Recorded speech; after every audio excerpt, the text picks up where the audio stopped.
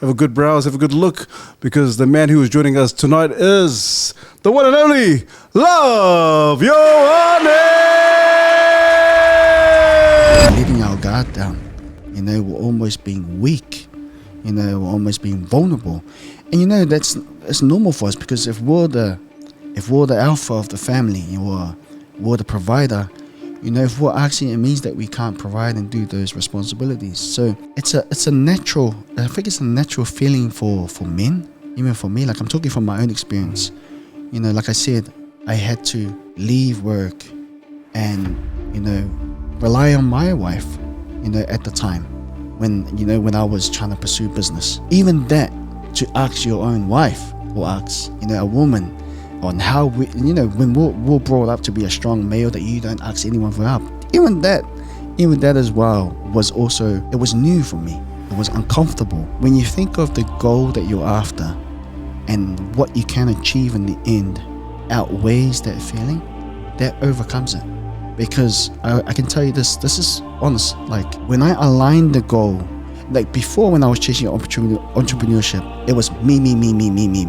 I want to chase this, I want to make this much money. I want to, create this business just for me. But when I flipped the switch and said, I'm going to align it, this is for my family, that's when the asking became easy, and I could let my guard down as a man and ask, I'm thinking of doing this. It's for us, I want to achieve this for our future. That's when it changed, and that would be my advice to any man who's finding it hard to ask.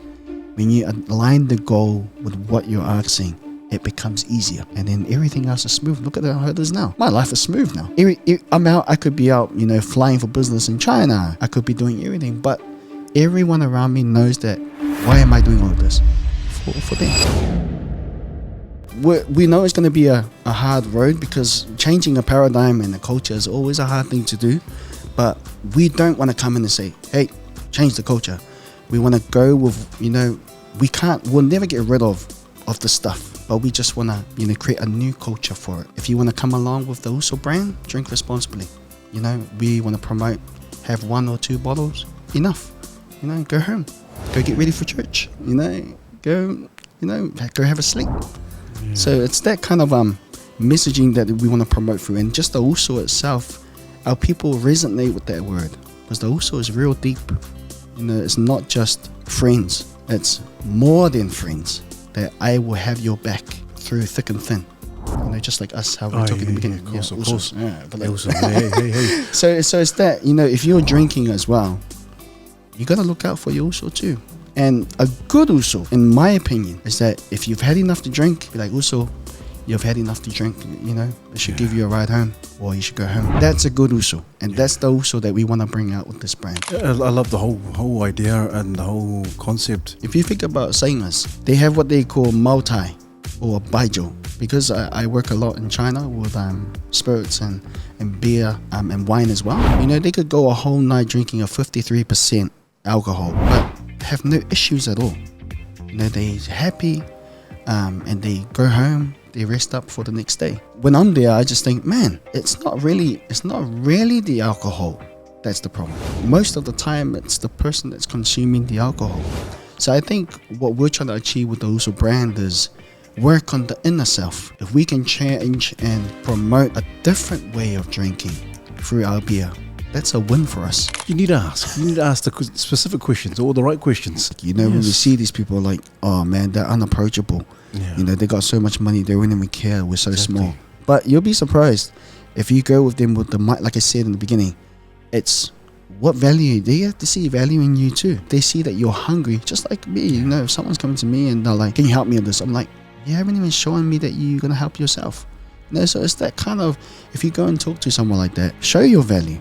Show that you're hungry, so that they can, they can see you and be like, yeah, he's worth my time. That my advice he will take on and he will implement it. Yeah, I think it's just when they see the value, they see your hunger, that you're just driven, you're not scared to ask, because they love that. they got so much value with them, they don't know how to give it out, because when they've made it to the top, it's not like a daily thing where they're just giving out advice in there. So when they have this one person who's coming to them for advice and asking them about their experience and learning from them, I think it gives them a good feeling. It's almost like a philanthropy.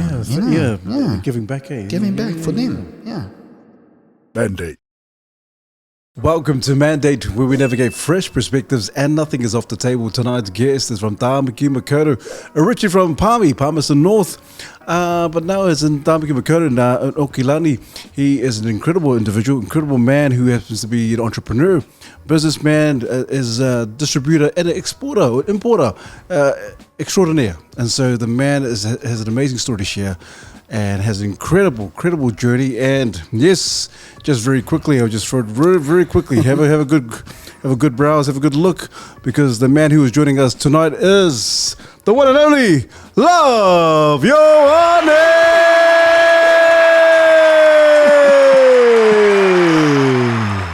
That's pretty awesome, man. Oh, I heard that. Yeah. Hey, thank you, USO. Love. Obviously, I've just kind of showed the brand USO, and so I guess we can depending on where we go, because we can go here and there. But before we even touch the brand, USO, why the beer, why the brand, and why start this? Because obviously there's other brands out there, but what's the big purpose around this new brand of yours? Is it okay if I start? Yes, by all means, right? yes, please. So my name is Love Ioane. I'm Samoan. I'm married to a beautiful wife. Got 4 kids. Born and raised in Palmerston North. Moved up to Auckland, and just keeping long story short, studied at uni, got into work, and then into entrepreneurship. And leading into that question of your USO beer brand, I think USO beer, it kind of combines everything in my life leading up to this point, and the USO beer brand kind of represents that unity of everything. In my life, it's all about brotherhood, sisterhood, relationships, in whatever form. And that's what has founded the USO Beer brand. It's about bringing people together.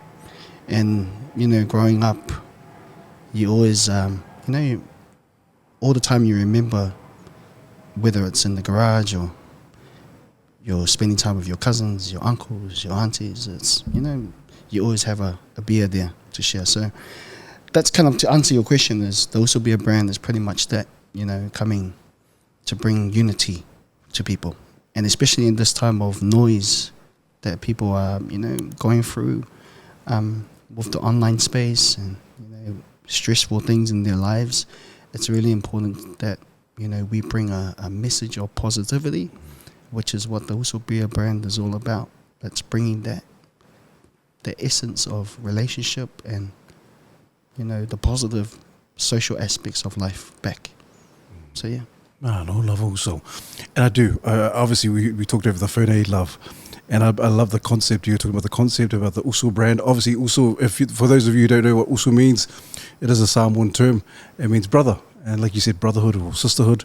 And so I love the concept because, especially in this day and age, but more so in New Zealand. And our drinking culture in New Zealand can be quite horrific in terms of stats and so forth. And I love that, like you said, that the USO is more than just a brand, more than just drinking alcohol or beer. It's just, like you said early on, it's about brothers coming together, having a good time, and leaving after whatever the function or occasion, leaving the occasion, but also going back home safe and sound. But it's just a bunch of people having a good time, being merry, but it's safe. It's safe. We're bringing back, that old school.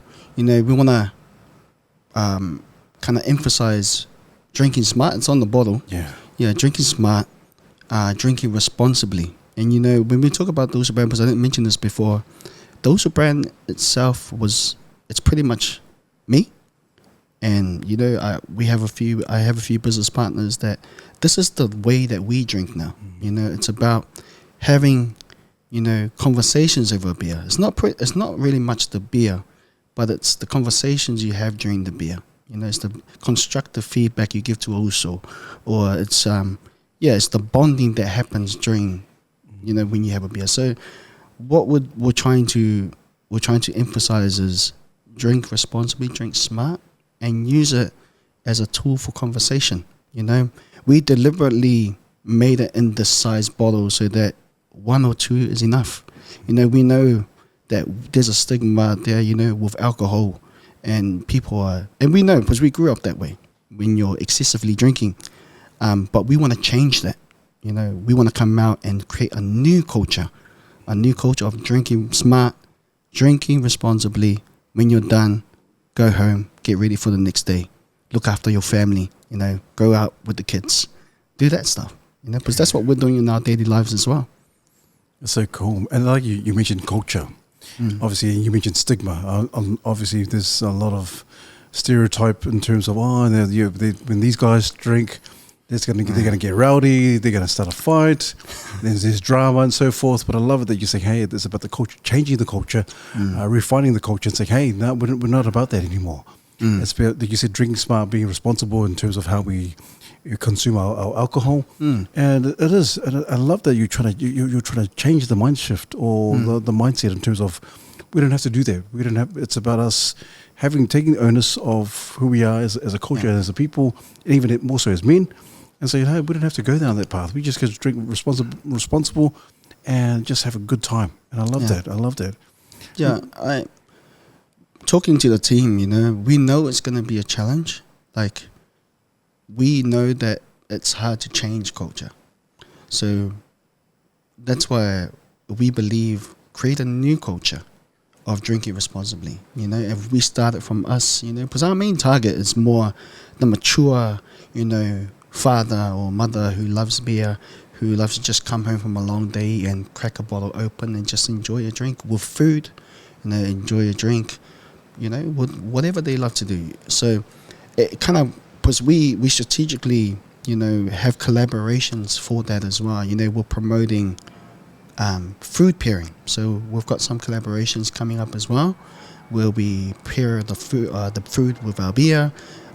We've got some Uber-like services as well, where if after you have a drink, grab a cab or grab an Uber and go home safely. So we know it's going to be a hard road, because changing a paradigm and a culture is always a hard thing to do. But we don't want to come in and say, hey, change the culture. We want to go with, we'll never get rid of the stuff. But we just want to, create a new culture for it, that if you want to come along with the USO brand, drink responsibly. We want to promote, have 1 or 2 bottles, enough. Go home, go get ready for church. Go have a sleep.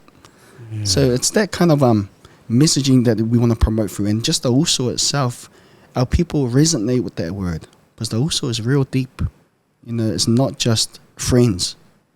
It's more than friends. That I will have your back. Through thick and thin, just like us, how we talk in the beginning. Of course. Yeah, Hey. So it's that, if you're drinking as well, you got to look out for your USO too. And a good USO, in my opinion, is that if you've had enough to drink, be like, USO, you've had enough to drink, it should give you a ride home, or you should go home. That's a good USO, and that's the USO that we want to bring out with this brand. And it's, like I said, that's us. So yeah, that's what it is. Wow, I love the whole idea and the whole concept. And you're right. Yeah, I think you mentioned something that's very important, because how do we shift that paradigm? People think, it's hard because this is the New Zealand culture. This is as Pacifica, Kiwis. We like to drink, and sometimes we just like to binge drink and so forth. And so just trying to shift that paradigm. Yeah. Let me say something, USO. If you think about singers, they have what they call multi or baijiu, because I work a lot in China with spirits and beer and wine as well. They could go a whole night drinking a 53% alcohol, but have no issues at all. You know, they're happy, and they go home, they rest up for the next day. So when I'm there, I just think, man, oh, it's not really the alcohol that's the problem. You know, most of the time it's the person that's consuming the alcohol. So I think what we're trying to achieve with the USO brand is work on the inner self. You know, if we can change and promote a different way of drinking through our beer, that's a win for us. And I think that's more important to us and, you know, the other founders of our company, is that that's what we want to achieve. And we know it's not going to be easy, but we will try our best. It's better for us to lead it ourselves than anyone else. So, yeah. It's BT here from the Mandate, and just wanted to acknowledge AOKNZ, which stands for Acts of Kindness. They are an organisation that runs suicide prevention, intervention and wellbeing training up and down the country. And so they help equip and teach people to have these life-supporting conversations. And they are proud sponsors of the Mandate podcast and in partnership with Mandate podcast. And so give them a call or give them a browse on online, AOKNZ. That's good. That's really good. And you're right in terms of you have to start somewhere, eh? Yeah. You have to start somewhere. And who better than to lead it than our own people, and our own men. But even with the brand, because I know you talked about wine. You mentioned China. And so in terms of your extensive background in terms of business and being in entrepreneurship, tell us also, because this doesn't just come from just out of the blue. This has to be something in the background or prior to this. Tell us a little bit more about yourself in terms of your background, your entrepreneurship and business sense. Yeah, so I've always had a fascination with business. And my first job out of uni was I was an accountant. And I worked as an accountant for a while. Then I moved from there into more sales and marketing, led myself into business development and stakeholder management.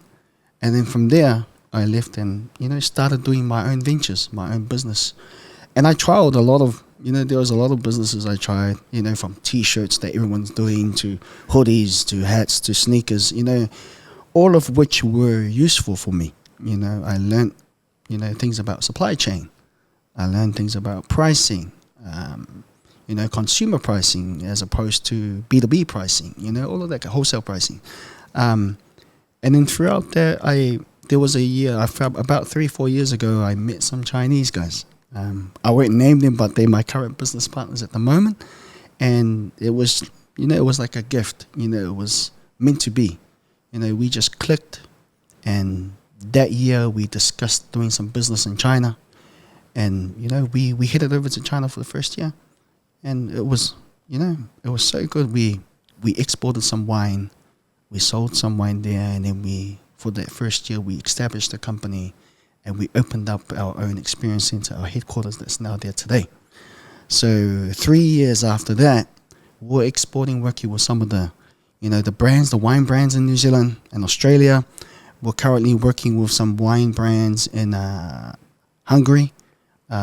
We have French wine there as well that we import in China, and now we're currently importing some South African wine. The Pinotage, especially from South Africa. So, yeah, long story short, you know, that kind of all 360 comes back to when, you know, I'm traveling back and forth to China and New Zealand. And then I meet, you know, a good mate of mine, and he's now a business partner, Jack. Yeah. And we have always, you know, kind of been, you know, just checking up, like, how's your business going? Or what are you up to? What's the progress? And we've been doing that for like a year or two. And it's always been, and we never knew that that destiny would have it that we would come together to create a brand. So it's his, you know, his background of being USO and me as well, being USO. And then I have some, you know, some other USOs as well that I met along the way, you know, Sion. Yeah, Sion, yeah, props to the USO. Yeah. Shout out to Sion, drink the Milgi. You know, then we have Ganit, who's also my other friend. So that brotherhood kind of, you know, created this brand. So there was only one word we knew that would describe our brotherhood was USO. So I think you can say toko. Nah, yeah. Yeah. But yeah, but because Samoan is Tongan as well, we thought of, toko, uso, it's a similar, and we thought, similar words. So uso was the word that we picked as the word that we were going to use. And we know that around the world, everyone knows what a uso is. It's becoming more and more mainstream. People are using the word uso. So we thought it's just fitting that we already practice this brotherhood. Why not make our product, represent that? So we said USO beer is going to be the brand, and that's what we came up with. I mean, that's what happened. So everything else fell in place, because our experiences with my experience with exporting and manufacturing and product development. We have Scion with distribution. We've got Jack with logistics and also marketing and sales. We've got Ganit with the financial modeling side. Like all of that, it's like our team came together to build this brand. So we're not just an overnight brand. We did a lot of homework, and also our experiences have accelerated. So we only worked on it for a few months. Wow. Yeah. And we came up with this. And, just to put it out there, I'm not boasting, but we got a 6-year contract with a distributor, of over, of about 350 stores or more at the moment. And they will be in stores this week. Wow. Yeah. So that is a big win for us. Is our massive distribution deal. And it's just, testament to the hard work that the guys have been putting in over the past few months. But that's what I'm saying. It's just having the right team at the right time, having a good heart, and having the same vision and the same goal. Man, 100%. I'm totally with you on that, Love.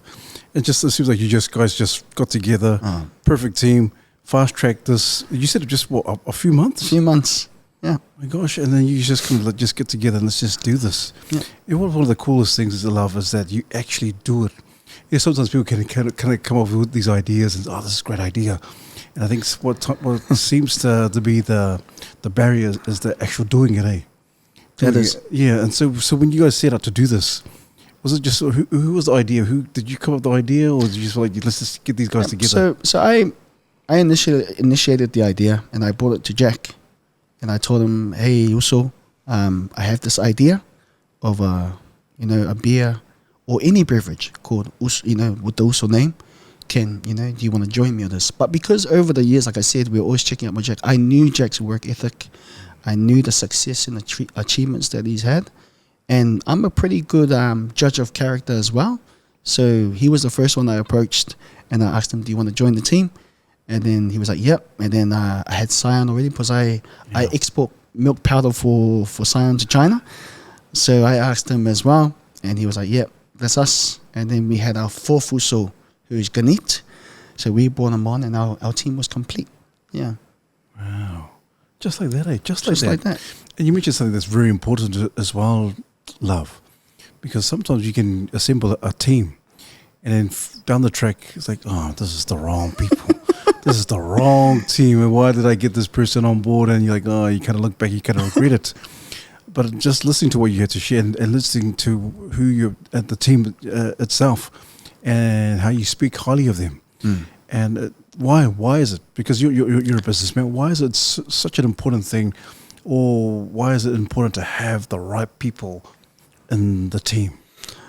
I think one important word I remember from the beginning, the first meeting we had, was transparency. I think that's a pitfall for a lot of entrepreneurs and business people, is that they get with people and then they doubt them, and they doubt their skill and experience to deliver on the goal. I think with us, we had that early conversation on, and we're like, if we're here to win, we're gonna win. We have to all be 150% all in this. And we had we had a few issues in the beginning, like just to be honest, but it's having that openness to accept feedback as well, and then coming back to the goal and driving it together. So I think transparency was a real big one for us, and up until this day we're still transparent. If we've got something that we're doing on the other side, we inform the other side, and we've split all our different areas that we work in, and everyone's doing their own thing, but we all come back and we all report back to each other. and we make sure that we're on the we're on the same page. Yeah, we're tracking well. We're all on the same page. Yeah, but there's always if there's no transparency, if there's no care as well, you have to have that human care as well. I think the other thing as well is just being open to learning. Because there's some in the team who just started in the FMCG space, but they're so quick to learn. Even for me as well, there are some things that I don't know. Like, even though I do exporting and distribution and all that stuff at the moment, but I never look down at anyone. It's always about we're all the same. We're all learning. And I think that's a key to what we're doing at the moment. And I think it's a key for anyone else that's in a business that wants to do it long term. Yeah. Yeah. And I love the fact that you're looking long term, but then during the long haul. Yeah. And you mentioned something early on as well, Love. You said, hey, the team has to have the right heart. Yeah. And so you can, obviously we can get together and it's about business, but also at the same time, the same heart. Can I just mention one more thing? It's the heart part. We're all fathers as well. You ask any of our team, like, why are you doing this? I will guarantee you they will say, I'm doing it for my family and my kids, my wife. They're doing it for their families. That is one important, part that I found with our group. So we all had that common goal, so that we fueled, we use that as fire for what we're doing. We want to come every day, late night chats. I'm on the phone with these guys 1 a.m, 2 a.m, trying to sort something out. Early in the morning, we're up. But it's all fueled by that same purpose, which is being a father and trying to, provide for your family. So I think in entrepreneurship, for me, it's really important that you have that purpose, that you align your business to or anything that you're doing. Because that's the only way that you'll sustain it to the end, is through that way. Yeah, that's awesome, Love. Yeah. And you mentioned entrepreneurship.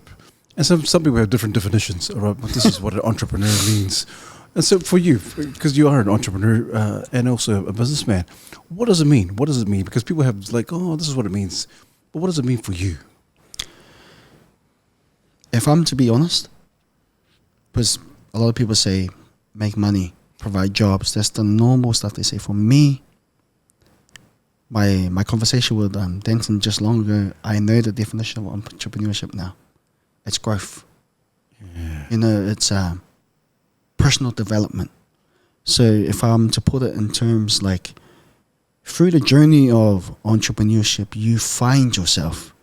And you would, this is true, because there are times when you feel low, you have no money. Because in the beginning of doing business, you can have no money. And you know this as well, It could be 1, 2, 3 years or even to 5 years without making money. And in those dark times, you're trying to search yourself. Am I good enough? When is the money coming from my family? Am I just giving up my time and seeing no returns? Like you start doubting everything. And I think all of that stuff builds you. Like, for my experience, it built me stronger and stronger. And every day I woke up stronger. Every day I was more hungrier. I just wanted to get to that, So that's what entrepreneurship is to me. And I think going to the USO beer, because I just talked to Denton about the color of green. I was like, Denton, what do you think the color green means? What does it symbolize? And he said growth. And I think it's very fitting for our brand as well, because not only that we as people are new, we're growing as well. We also want to grow the people who are going to come along for the ride, for the USO brand ride. That's good. Well said as well. So yeah, it is. Obviously, Denton did mention this about growth, and it seems like you guys are going to the next level. Yeah, that's cool. It is about growth. It's the next level. And I think what's very interesting, but more so exciting, is that it's our own Pacifica people. It's our men who are doing something great in terms of in this space, creating their own brand of lager or beer. And so, you kind of touched on it a little bit, Love, in terms of the challenges, because it is. People think, when they see the final product, oh man, these guys are millionaires, these guys are rich, and you probably are. So, these guys are rich and so forth, but they don't see the hard slog. Eh? They don't see the tears. They don't see the sweat. They don't see the blood. They don't see the times when you think, "Oh God, what's happening?" And so maybe if you can touch a little bit on the challenges that you've had thus far, whether it's about the USO brand or beer or something or recently or in the past that you think, man, this is some hard times. I'm going through some hard times. And how did you overcome that period? I think challenges that come to mind, obviously financial. I think that's one of the top. I think, in my upbringing, and maybe in yours, we don't come from a lot of money, right? And it's very difficult to ask for money as well, and sometimes you don't know how to ask for money. And in business, when you're looking for investors and all of that, you got to sell it, in a way that, because at the end of the day, it's their hard-earned money that you're going to use. So that has been, one of the challenges that I had early on, is trying to raise capital, because I didn't have capital myself. So it's just trying to work creatively. So a solution I did was, I read a few books, and we can talk about the books later on, but there are a few books that have always sold to me that you can, you're only limited by your mindset. Financial is not the problem, it's your mindset. So I always thought, how is that even possible? You need money to do everything. But during that time, like I said, entrepreneurship, you grow, as a person. And through, hustling, doing cold calls, talking to different people, you start to know what people actually want and what they need and what they're willing to give you money for. So it was a challenge for me at the beginning in trying to find a value proposition. Trying to identify what is it that this person wants in their life, what makes them happy, and then kind of adapt my offering or what I'm trying to offer to what would meet their needs. So that was one of the biggest challenges. And with the USO Beer brand, we were able to get investment. Years past, I developed that skill, and some of the team have that skill as well of raising capital and selling a good proposal, and we were able to do it. So when they say you can start a business without money, you can definitely start a business without money, but you just have to grow and know how to package it. But all that know-how comes from trial and error. Yeah. Talking to people. You can't just go ask people for their hard-earned money. They'll tell you to get lost. You know what I mean? Yeah. But yeah, that was one challenge for sure, is financial. The next one is people skills. And we have this in all the jobs I've had in the past, even starting with the USO Beer brand. There's always a challenge of different, level of communication is what I'm trying to say. Communication. Sometimes you communicate in a way that, it's analyzed or interpreted in a different way by the receiver. So I think over the years, I've developed a good communication kind of style where at the same time it's direct, but at the same time it's compassionate. And also, it's a full circle to come around. At the end of it, you empower that person. So I think that's one of the challenges as well that I faced, and many of, people I've worked with, challenges as well, is communication. Yeah. Yeah. Yeah. Especially when you're working with, obviously when you're working with people, hey, you're working with a team. And in China, right? Communication is the number one issue. Because I can't. You're fluent Mandarin, eh?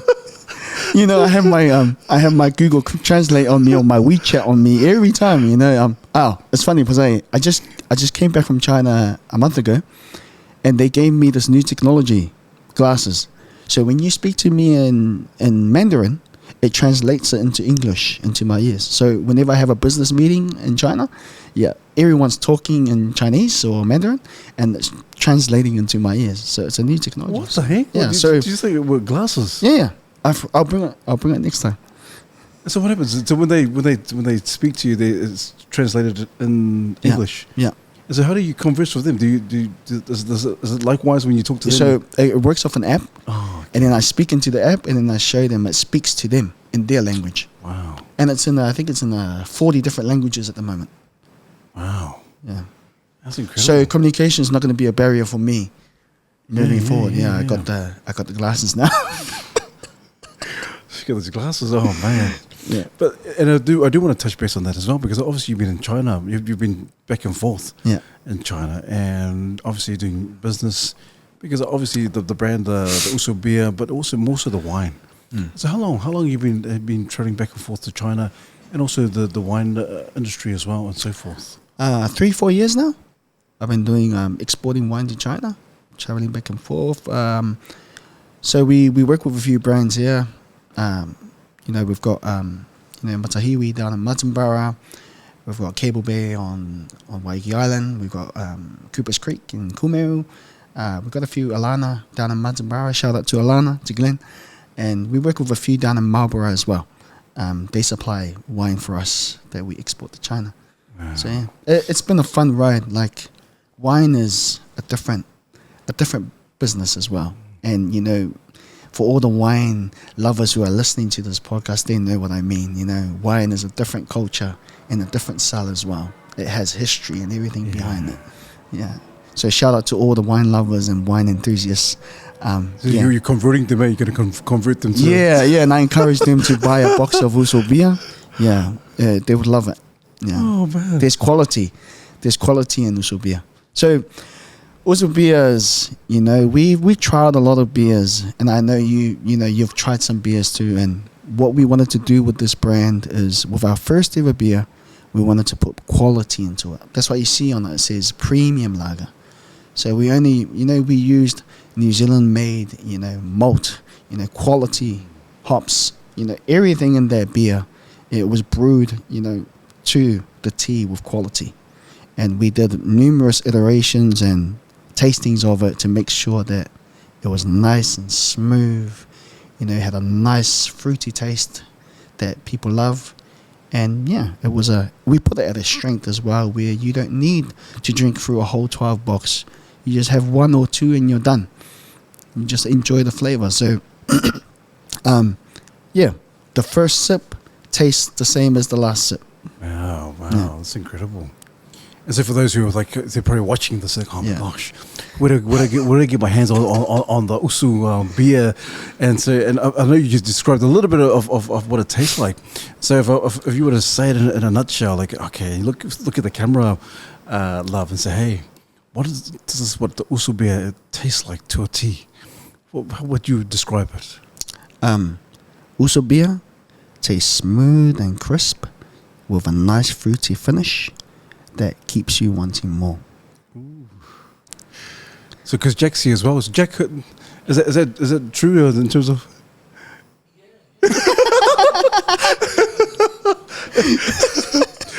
This guy's not helping. Jack's like, yeah. Oh man, that's good. That's but good. It's very flavoursome, mate. Like, we put it, we've created character in the beer. Almost like a craft beer. The IPAs and the hazy IPAs, the Pilsners and all of that. Our beer, it sits within that. It almost touches that. So it has a lot of flavour, a lot of body to it. So when you drink it, it's to be enjoyed, not to be sculled, Not to drink it all in one go. It's to be enjoyed every sip. And very cleverly done in terms of the... 500 mils? Yeah. Man. Yeah, so we're one of the, only one of the few that are in the 500 mil. You'll always find the standard 330 mil in the supermarkets, or you'll find the 750 or 650 big bottles. We decided, let's just be different and go smack in the middle, 500 mil. So as a drinker, you're not having too much and you're not having too little. You're just having just right. Just right, eh? Yeah. Like you said, just right, but just always wanting more, eh? Yeah. Wanting more, eh? Yeah. Because it's quite inspirational. Yeah. I'll be honest, Love, you and Jack and the team, Sion, very inspirational. That the USOs, it speaks for itself. The USOs come together as the USOs and creating this beer brand, the USOs. And so for those budding entrepreneurs who are watching this, is oh man, I'm really inspired. What's one of the key ingredients, or what's one of the key components that you need to have as a young entrepreneur who's thinking, man, I need to do something. I got all these ideas, so now I need to put them or implement them together and be practical. What's something that you could give to some of these budding entrepreneurs? Also, I'll use my USO Jack as an example. You know, sometimes I say to the others, man, I think that guy's crazy. I think he's crazy.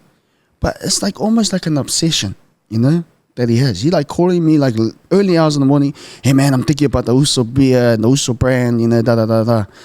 But in hindsight, like it's a very, very important trait to have.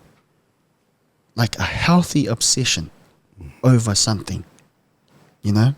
Because when you have a healthy obsession of something, no matter what the noise and the problems you face, you're still chasing it. And I believe, you know, when I was coming up as well, trying to educate myself in business, that's what I had.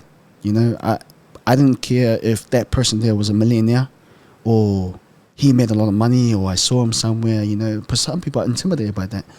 I just didn't care how stupid I looked or how stupid I sounded. I just go up and I ask a question, or can I meet you for coffee?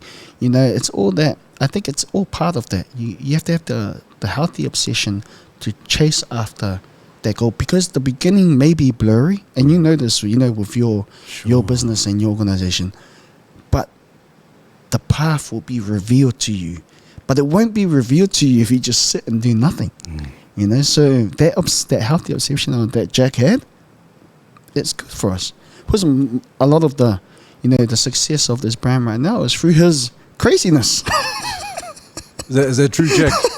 You're a bit crazy, eh? Yeah. But it's like you said, healthy obsession.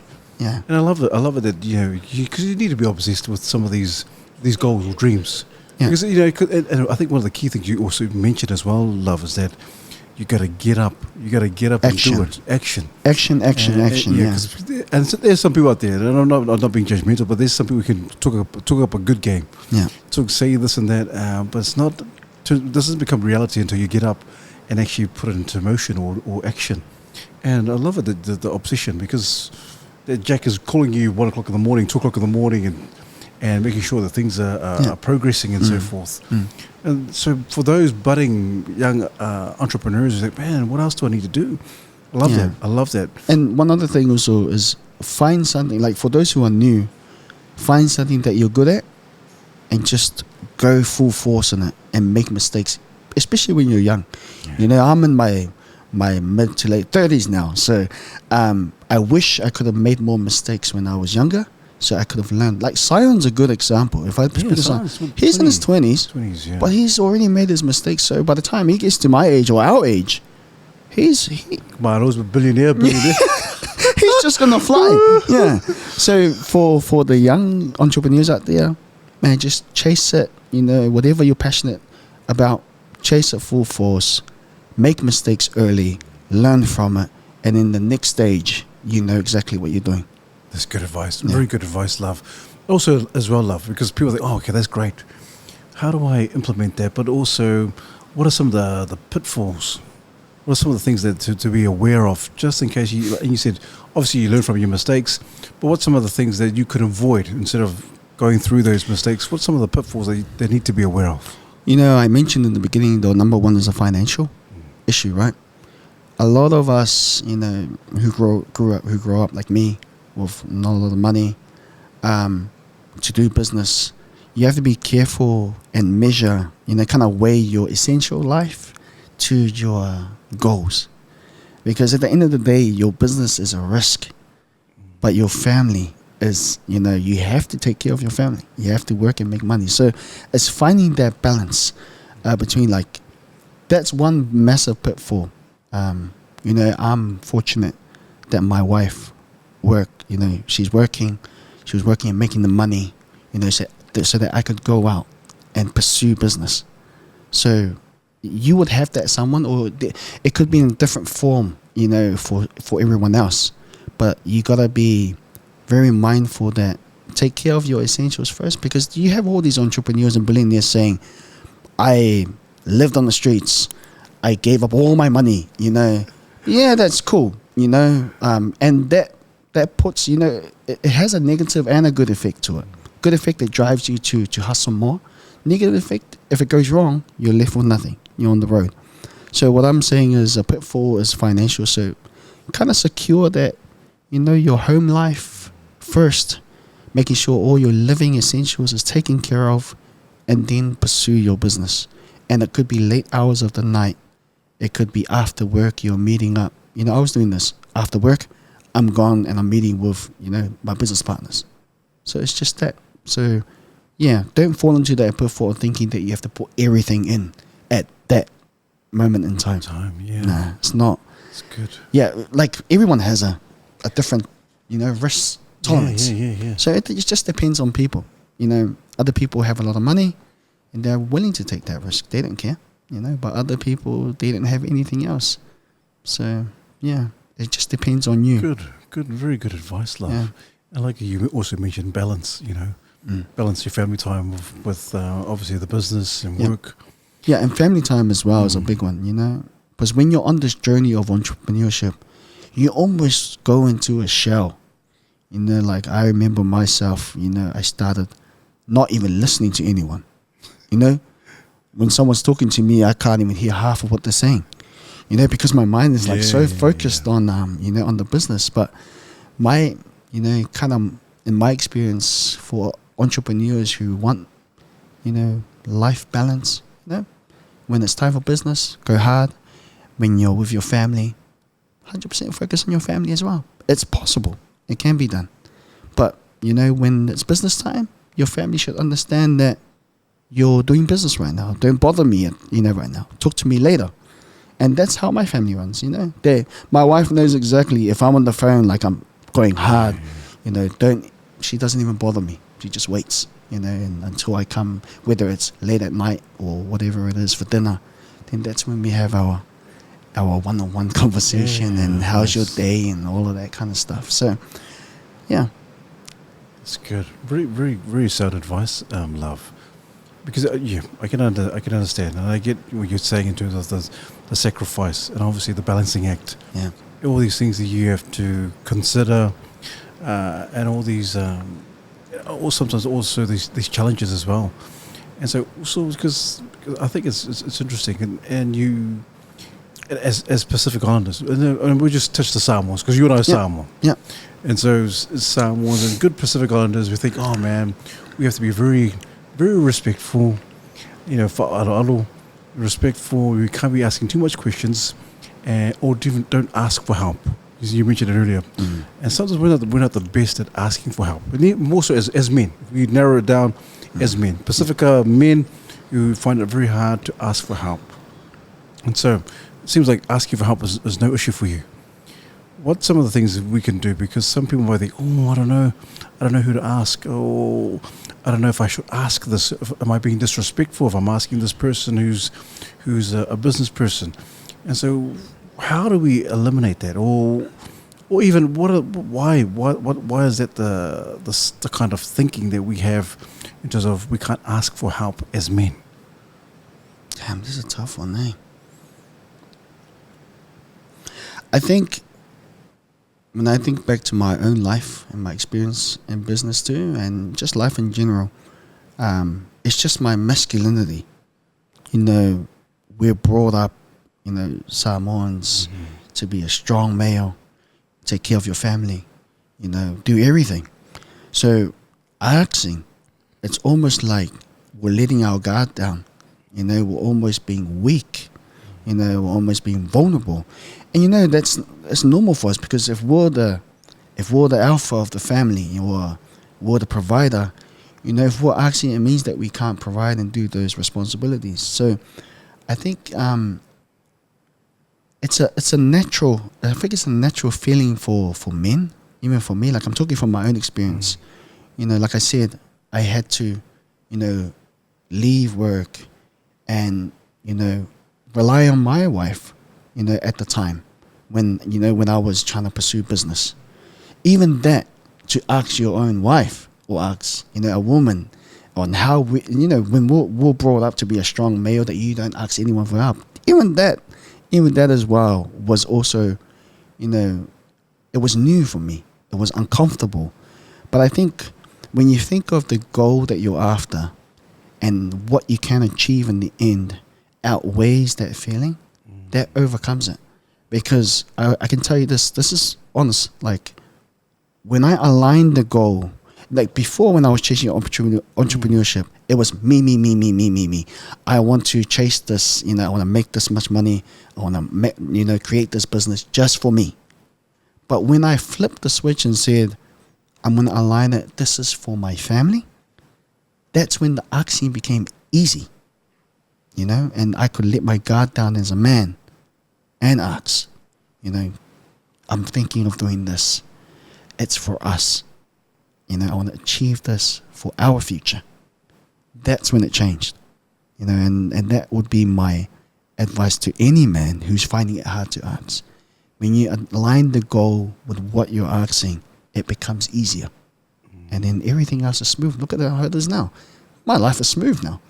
You know, I'm out, I could be out, you know, flying for business in China.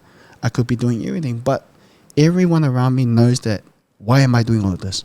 For them. And it just makes life easier.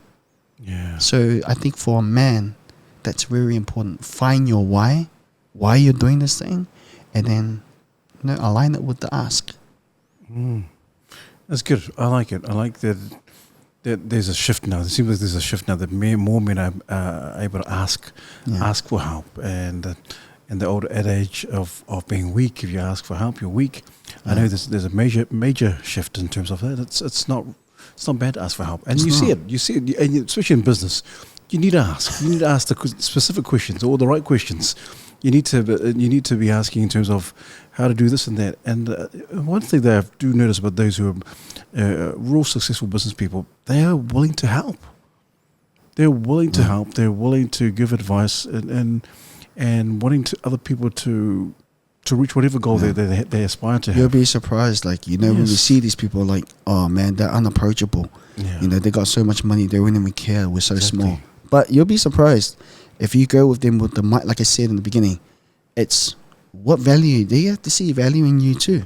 You know, if they see that you're hungry, just like me, you know, if someone's coming to me and they're like, "Can you help me with this?" I'm like, "You haven't even shown me that you're gonna help yourself." You know, so it's that kind of, if you go and talk to someone like that, show your value. You know, show that you're hungry, so that they can, you know, they can see you and be like, "Yeah, he's worth my time." You know, good. That my advice he will take on and he will implement it. You know, I had a mentor, you know, I had a few mentors along the way too. Nice. Yeah. Like, I was so hungry when I contacted them. I told them, I'm going to be a millionaire. You know, I was telling them all of that. I'm going to build this business, They told me, come and meet me for coffee. And I've met with a few of them. Damn. Yeah. It's just, I think it's just when they see the value, they see your hunger, that you're just driven. You're not scared to ask, you know, because they love that. They got so much value with them, they don't know how to give it out, because when they've made it to the top, you know, it's not like a daily thing where they're just giving out advice in that. So when they have this one person who's coming to them for advice and asking them about their experience and learning from them, I think it gives them a good feeling. It's almost like a philanthropy. Giving back, Giving back for them. Yeah. Well, that's good. And I really, because I always wanted to people, and I'm including myself. Sometimes it can be very hard to ask for help or ask specific questions, because you feel like, you know, you get you don't want to say this because you sound like you're not clever enough, or you feel dumb. But you need to ask. And I like what you said early on. You said, I don't care how I look. I don't care if I sound stupid. I'm just going to ask, and have the courage to ask, even if it doesn't make sense. Yeah, there's a book. So one of the books I read, I don't know if you read it before. So have you read Ego is the Enemy? Oh. So that was written by Ryan Holiday. Yeah, so if you have a chance, I can flick you a message later on. Nice. Have a read of that, because I would say, you know, us being, you know, us, we have a lot of big egos, you know, when we were younger, you know, we're thinking tell me about it. But you know, when I read that book, it resonated with me so much that it changed my whole mindset and perspective on life. I was like, man, I had a massive ego back then, you know, and I think humility comes from removing your ego. So in business, like what you're saying, not caring how you look when you ask a question is a form of humility, You know, whether you look stupid, whether, you know, I joke about this all the time. Even back then, I used to do a few work in the markets, you know, and I think the sister Caroline was talking about how she done stuff. Sometimes they look at you like, oh, look at that person at the markets, you know, dirty and da da da da da. But, you know, it's what you have to do to meet the goal, you know? Yeah. If you got a goal, doesn't matter how you look, whether you look poor, you know, we got the singers in Samoa. You know, people mocked a lot of the singers back then who were selling Moors and a beer and that. But look at them, they built all those buildings in a beer now, you know, so because they have humility. Yeah. You know, they don't care how they look. That's yeah, you're right.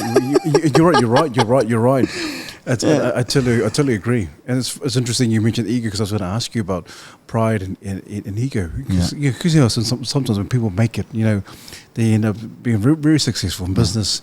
And then sometimes people not everyone, but people kind of think that people tend to change because they're successful, or they got massive wallets now and pockets of money. What's one thing in terms of you love and obviously you said that the ego and pride, what's one thing that's going to keep you the same? Because some people change, whether we like it or not. Some people change, but what's one thing that's going to say, you know what, I'm still Love Ioane. I won't change because I've got X amount of money. I think I will never change who I am, regardless if I have $1 or $1 billion. That's what, you know, I believe strongly in my heart. You know, other people might say, oh, no, this guy's lying, you know, but for me, it's like, you know, money is not, it doesn't define who you are. You know, I think for me, I do a lot of meditating. I do a lot of self-awareness and self-reflection. I know who I am. Like, even through this journey of entrepreneurship, I found myself. So no amount of money will change that. You know, I'll still be the decent human, treat others with love and care. If they need help, I'll help, because that's in my nature.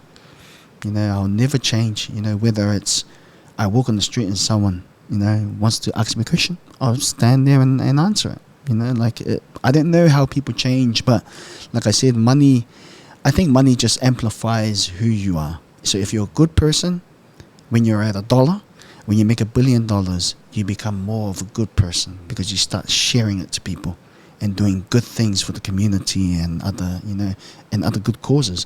If you're a bad person at $1, when you make $1 billion, you become more of that bad person.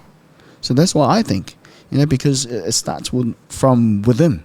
You know, you have to know yourself, because all that stuff is materialistic, and you know that, you know, money, cars, houses, you know, all of that stuff is materialistic. At the end of the day, if you don't have that sense of being inside, it's just those define you. The materialistic things then become you. But if you know yourself, whatever you have, whether it's money, cars, houses, whatever the experience is, you still remain the same. That's my belief. It's good, man. That's very good. And I like it. I like it because when you say that, there's no sense of ego. Yeah. And you're right, because obviously, you know, pride comes before a fall, and then the ego, and sometimes ego can kill the dream, eh? Yeah, can really kill the dream, because I was so like you said earlier on, it's me, and it can't be that. There can't be the case. That, you know, you said bring humility and so forth. I love the way you think. I love the way you and Jack and Samoan and the rest of the team think. And so with USO, what do you see? What obviously you mentioned the long haul. Yeah. There's a long term. Yeah. What do you want to see in terms of this beer, this lager, the name itself, the brand itself? Where do you want to see this go? We like the hashtag. We have it already there. Is USO beer to the world. So we want our people to own it. You know, like, it's not our beer. That's what we say. It's the people's beer. And that we want them to own the USO beer, that all this what we stand for, which is, you know, unity, you know, unite cultures and people, drinking smart, you know, drinking responsibly, looking after your families. We want that message to be so strong that when we share it to the world, that our people can be proud of, you know, that this is us, you know, as Samoans or Pacifica, is that this is our brotherhood, this is our lifestyle and the way we are, and we're just sharing with everyone else. So just with our plan where we want to see it, we want to see it in the hands of everyone. And anyone drinking it to feel that message that I just explained, whether you're in America or you're in Australia or in Canada or you're in Dubai, whatever country you're in, China, when you drink this beer, you feel that brotherhood of, that social aspect of brotherhood with the person that you're sharing it with. Man, I feel like saying amen. I feel like saying amen. Hallelujah. Amen. Oh man, USO love. Yeah. Oh man, USO, because it is. I don't just say this for the sake of saying it, because I'm very proud. Very proud as a fellow Samoan. Very proud that you guys have taken this on board. Obviously, Sion, who's Tongan Niuan, and your Indian friend, Kanit. Kanit. And so a bunch of brothers getting together, like the camaraderie, bringing this to life. Obviously, we talked a little bit early on about the forecasting of how successful this can, how successful this actually can be, and obviously the green growth, green of growth, green with the dollar signs, the dollar notes and all that, and people just think, oh man, this can actually be worldwide. And I love that. I didn't catch this. Also beer to the world. Yeah. And it seems like something. Love. It must be something in terms of, obviously, and I'm not being biased because I know we're both Samoan and 685 to the world and all that kind of stuff. And so with your families, and obviously Jaxie as well, how proud are your families at this present time, seeing your product, all your product, come to life? Honestly, extremely proud, because we did it for our family. They knew what we were doing. Like, we were just at the brewery today, and we were bottling and packaging everything, and my wife was sending through her congratulations, and I'm proud of you. I'm seeing Jackie's on the phone as well. Sion's on the phone as well. Like, we're all our families are like, woohoo! They're so excited because they knew what we were doing. We've got cousins and everyone's sharing on social media. So, they're very proud of us. Because like I said, the beer itself when we started was with our family in mind. So they knew it from the beginning that we were working hard at something. So they saw the tears, the sweat, and everything that we were putting into it, all the money we were putting into it, and now it's here. So Jack, he was being a crybaby at the brewery. Yeah, he was emotional. Hey boy, Jack. Yeah. we obviously emotional. An emotional moment, eh? Emotional. Yeah. When I saw it as well, I felt real, teary and emotional. I was like, damn, it's here.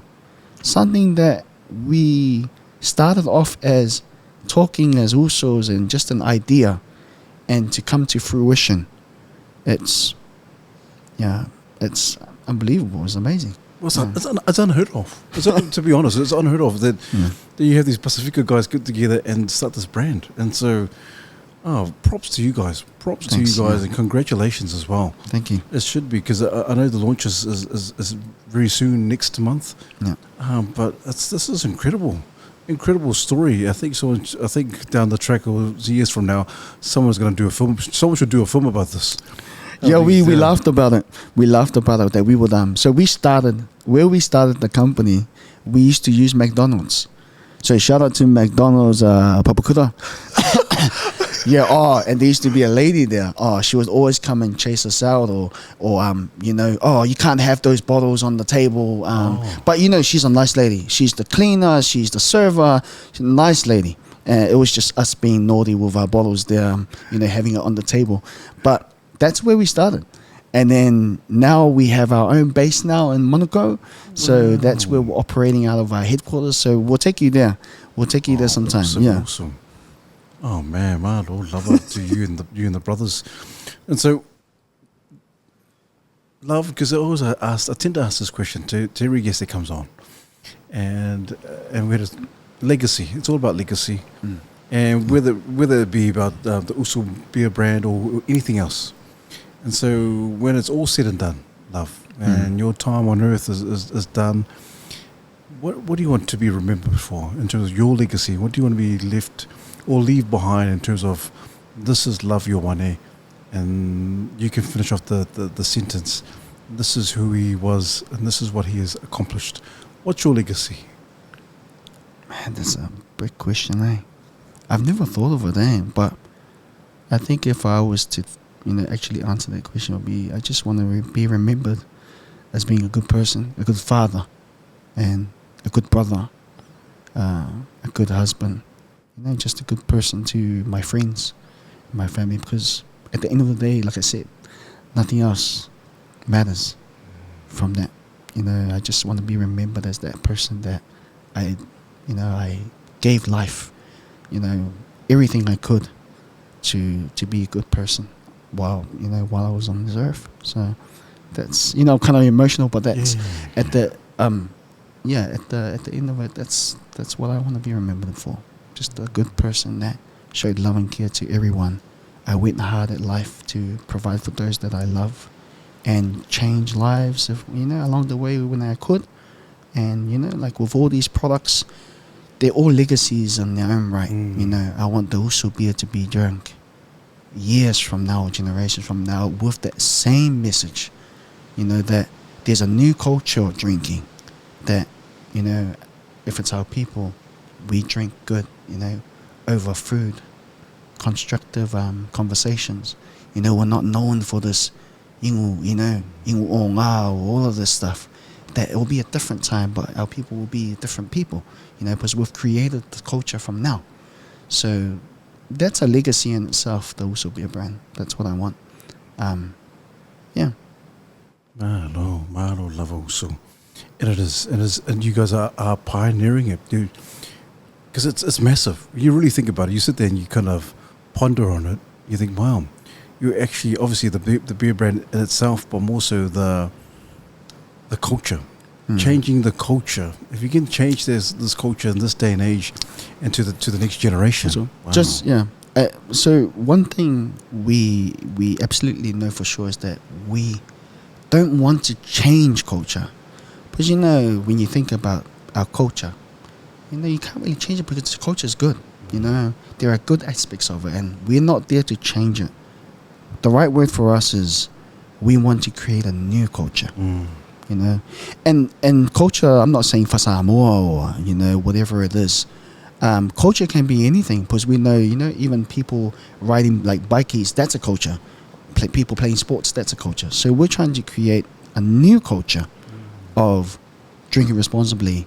This kind of drinking that we currently do in our own lives. We want people to come along for the ride. So good. we're not changing culture. That's good. We're just creating a new one. I like it. I like this. That's even better. Yeah. Creating a new culture, and hopefully everyone comes along for the ride. We want people to. We want it to be a movement. To we can do it. If we can get behind all the parades and all of that. If you think about it, we can get behind something as well. Something like this that represents what we are about. That's incredible. I tell you, love. It's been an absolute pleasure and an honor to have the talanoa with you, and just to get snippets of this amazing journey thus far. And whether it's the brand, whether it's something else that you are doing in your life or your job, it's very incredible what you guys, and very inspirational. And also, just before we kind of wrap it up, because I am mindful of time, but also for those men out there. And obviously the premise of our mandate is about, hey, how do we encourage our men? How do we inspire our men, regardless of what they do, whether it's business, whatever it is, their vocation or whatever or line of work they do. What's some words you could share, or something inspirational that you would like to give our men, our listeners, our viewers, who are just kind of yearning for something that's going to get them to move, get them to get up and get that fire under the belly and fuel them to do something that is positive, something that is good?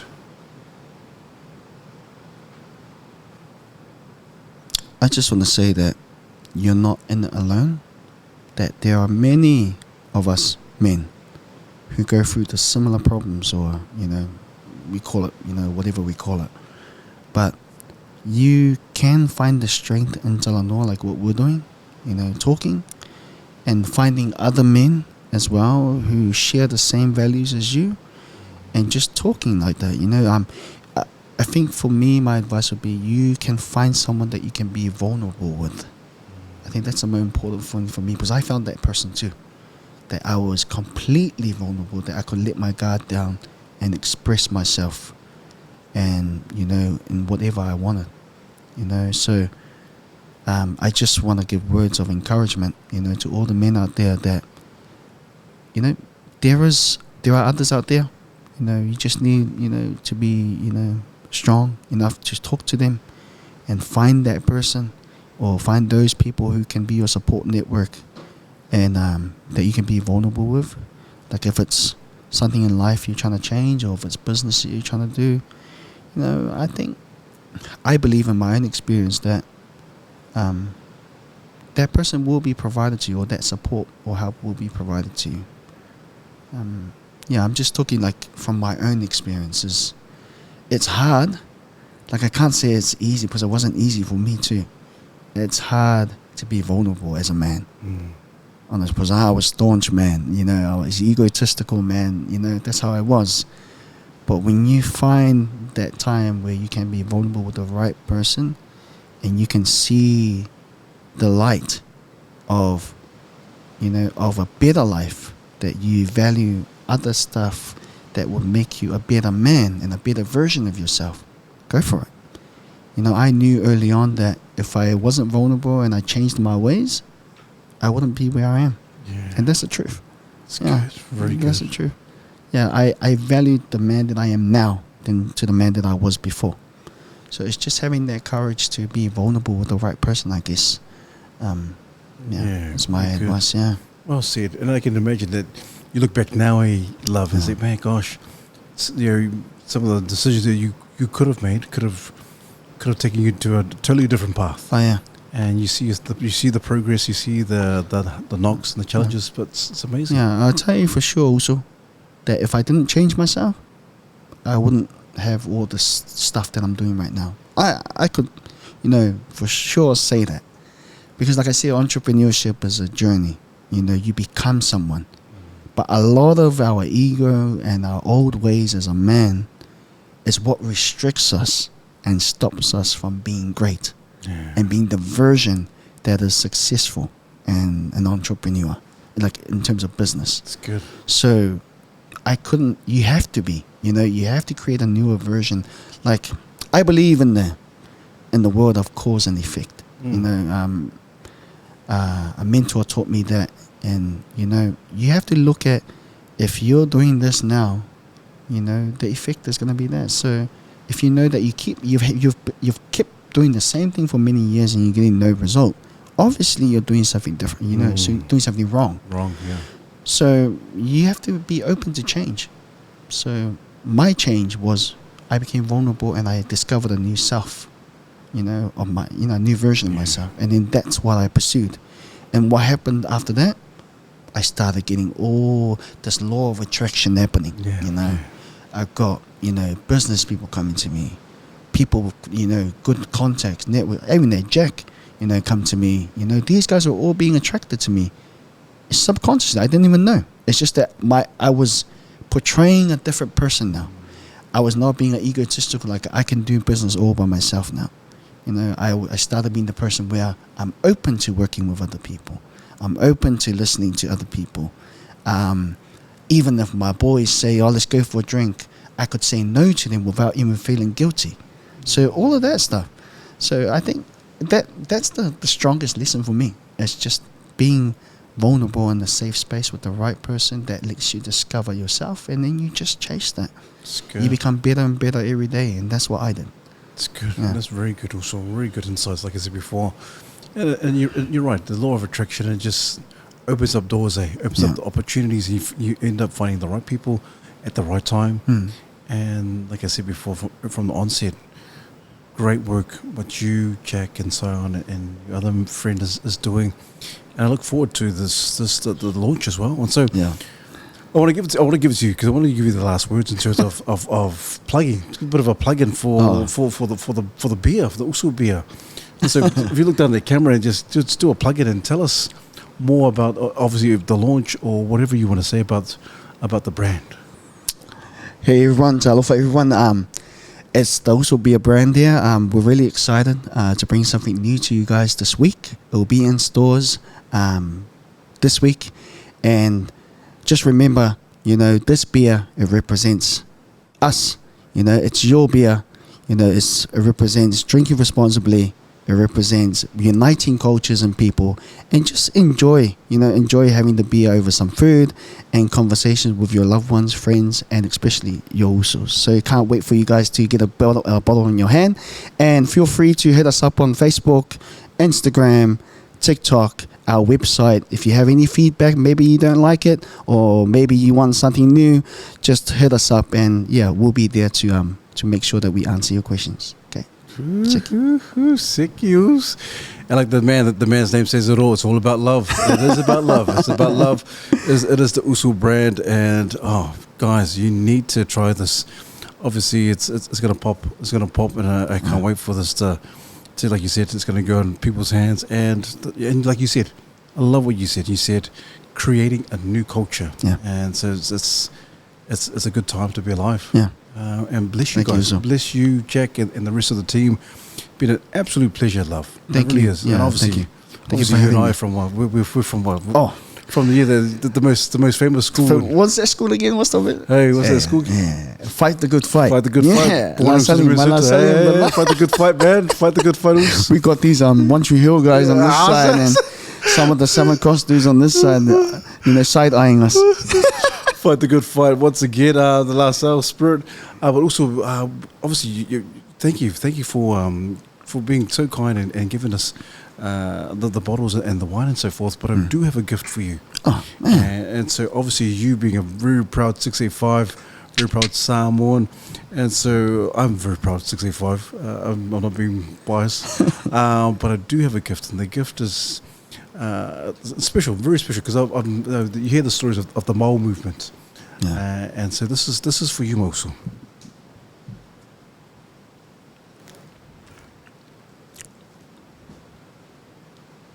So on behalf of Danton, Caroline, and myself, the Mandate team, because I do a bit of art piece, and this is for you. Tamasese Lealofi the third.